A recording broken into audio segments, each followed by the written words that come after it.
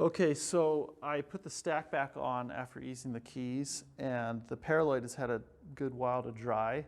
And so this is a great opportunity to see, okay, how much effect does that hardener have on the tone, on the touch? Right. And don't worry, I don't think this is going to sound good at this point. It's going to sound really raw, but to me, I just love it because I know that it's something I can mold from this point and refine. Sure. So we'll just take something just to kind of feel if the action feels any lighter now that he eased all those keys. So something like that little Fourth Paganini Etude by Liszt would be good.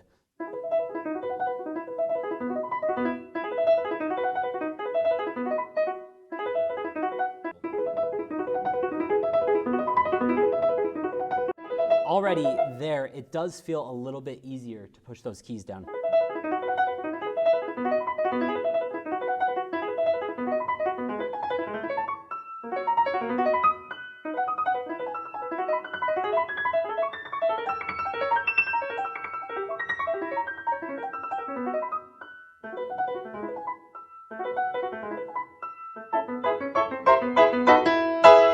Okay, and then something like this Scarlatti.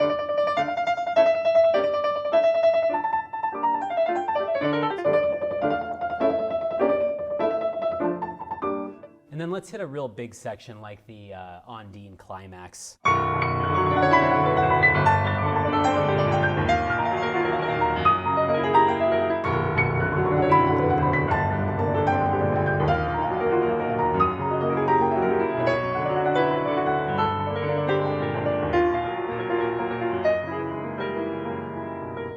I don't think it's probably going to be effective to hit the Mozart in here because it's going to be like it's way too bright for that, but I think that these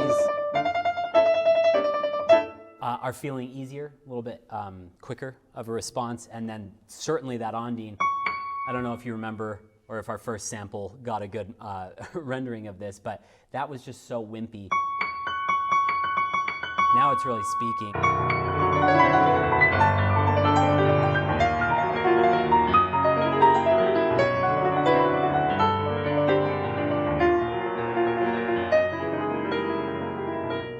So it's feeling a lot better.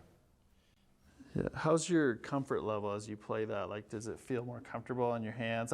When I play a piano that's at least you got a lot more tonal response, it just feels more comfortable. Sure. But you're a lot better than I am, so I thought I better ask you. No. So it's extremely comfortable from a down weight perspective. It's feeling a lot easier to press the keys, and from that brightness perspective as well. But I'm so obsessed with tone quality that I don't feel at ease yet. Yeah. So like if I was to play Chopin, I'd be walking on pins and needles here. For sure. Yeah. So I think from a tonal perspective, I'm not comfortable, but from a technical perspective, and you could say that technique is tied into tone, obviously, but like I'm reaching for that soft pedal, but the tone isn't as full-bodied. So once we kind of mold these hammers to be what we want them to be, that should be a lot more effective. Yeah, what you get at this point when you get kind of that raw hardness, you get kind of a crust on the top of the hammer, so you hear those really high partials. It's just really out of balance, right? It's like you're missing the middle package of that spectrum of sound. Sure. So from here, refining it, we'll be able to make it to be more of a consolidated tone, but still have that punch and power accessible.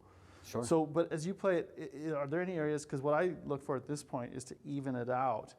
And typically, especially in the melody section of the piano, there's sometimes some holes, and I'll kind of want to hit it with some more hardener. Sure. So like as you play over.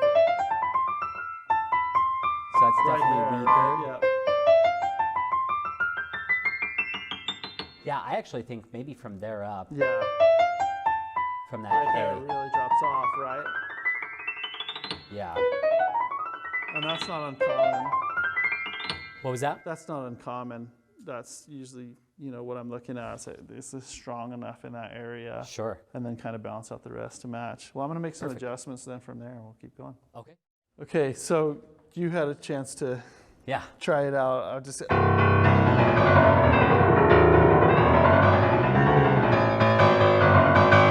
really smashes, you know. We're not going to bring that whole section up to that level. There's no way. But, and this is obviously over the top. I listen past all that, you know, to Right. okay, where's it going? What's going to happen? And I, you know, knowing what's going to happen when I needle, I'm looking ahead to that step. Sure. So I know I want a little bit more out of this bottom. Just the very last 3 notes, because those 3 notes are in so many repertoire pieces. I know, but you know, no, but I don't know why a technician, like, we always go to the ends of the piano. Is this a good piano? I don't know why. But. Well, that's good too, because I've played so many pianos with like the last 3 notes up top that are just like non-existent. They're so weak. Yeah. So I'm glad you do that. So I don't even know what, you know, classical repertoire goes up there. You know, probably not much beyond this or something. But anyway. So we talked about this hole that's right here. I'm going to harden that, but also I want to take a look at the strike point of the piano. They say that a piano is, from its design, from its concept, starts out as a line in space, and that line is where those hammers hit the strings, and everything's built around that. Okay. Because that's what has to happen. You know, there's a sweet spot on that string, a certain fraction of that string that kind of gives the right tone. And go either side of that, it's just not strong, it's kind of undefined, or it's too bright, or it's too mellow. So I can adjust to some degree that strike point, and I'm gonna just take a listen. I mean, this sounds like it's probably in the right spot for these top notes. But I'm just gonna see what happens. So I'm gonna take it towards me. And okay, so there we're not hitting anything, right? Right. And listen as I go back.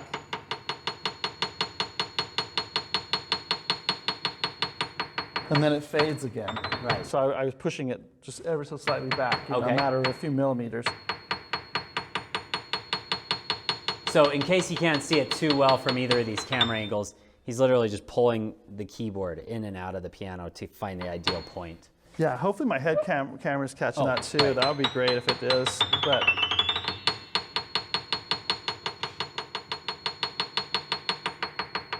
now, it's going to affect the very top notes the most because that string is shortest. That sweet spot is smaller. Down here, you know, the bass, it's pretty forgiving where you hit it. But it can affect here a lot sometimes. So I like to kind of check down here too. Right. That See, already it got brightened brighter out. when I went yeah. back. So it may be that that's a better balance for this scale. Okay, don't touch anything, Josh. Come over here. don't hit the shift pedal. Play that scale now, because it doesn't seem like it has so much of a weak hold of me.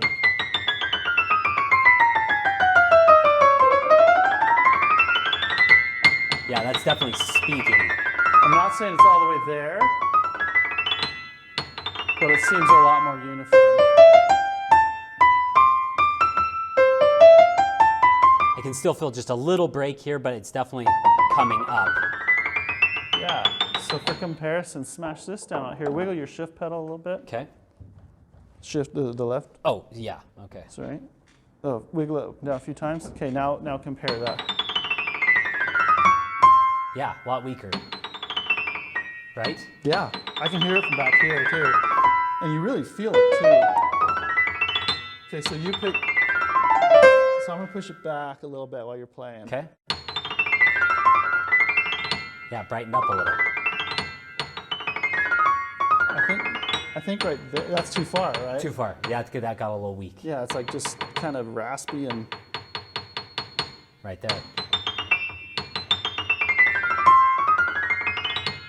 Nice. So that's a lot better.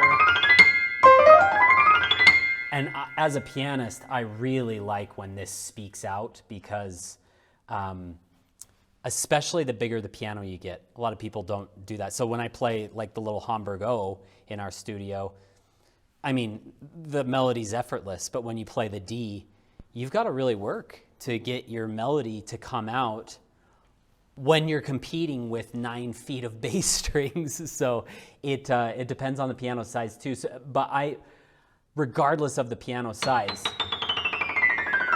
to have that speak out is always a good thing. I never, ever want a weak treble. I mean, a weak bass is, I guess, even worse. Disappointing. Yeah. Very disappointing. Right?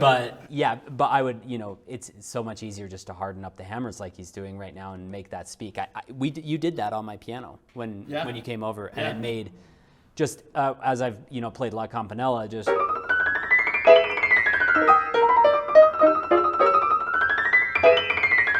like those little passages, or